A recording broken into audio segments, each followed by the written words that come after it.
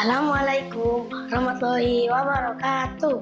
Hello friends, welcome to English Corner. My name is Arfa and I'm from 3rd grade C. And I'm going to tell you about some event in my school.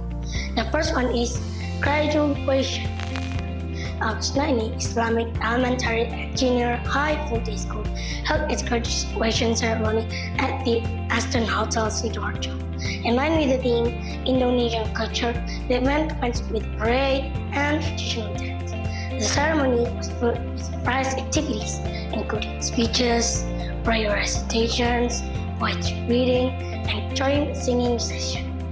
And the second one is parenting.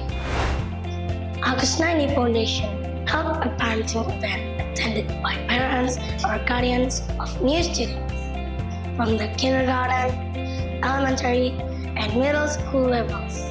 The purpose of this event was to give parents insight into the importance of mastering English and understanding their children's character, including effective ways to support and guide them.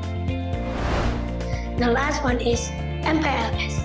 MPLS stands for Masa Pengenalan Lingkungan Sekolah or School Environment Introduction Period.